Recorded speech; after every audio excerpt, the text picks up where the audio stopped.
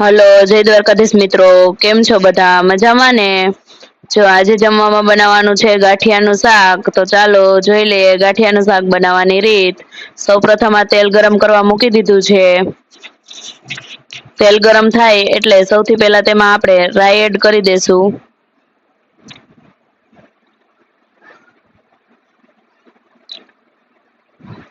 રાઈ ફૂટી જાય પછી જીરું એડ કરી દેશું.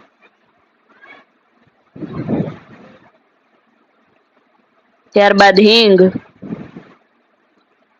ત્યારબાદ લસણ ખાંડેલું એડ કરી દેશું.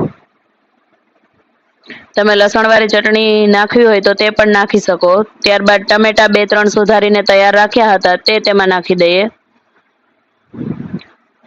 હવે તેને હલાવીને થોડી વાર પાકવા દઈએ.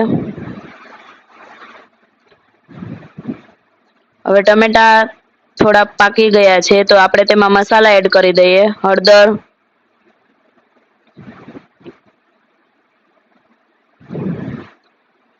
મીઠું,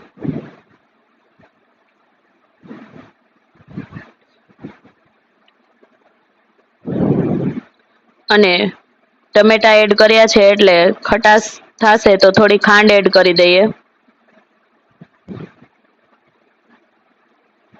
ત્યારબાદ ટમેટાને એકદમ ચડવા દઈએ. હવે ટમેટા એકદમ ચડી ગયા છે તો તેમાં લાલ મરચું પાવડર એડ કરી દઈએ. સ્વાદ પ્રમાણે લાલ મરચું પાવડર. પછી તેમાં પાણી એડ કરી દઈએ.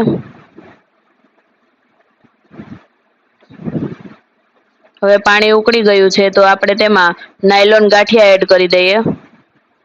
જ્યારે કાંઈ શાક ના હોય ત્યારે એકવાર આ શાક જરૂરથી બનાવજો. ખાવાની ખૂબ જ મજા આવે છે. હવે આપણું શાક બનીને તૈયાર થઈ ગયું છે. જોવો. તો ચાલો આવી જાવ બધા જમવા અને વિડીયોને લાઈક, શેર અને ચેનલને સબસ્ક્રાઇબ કરવાનું ના ભૂલતા.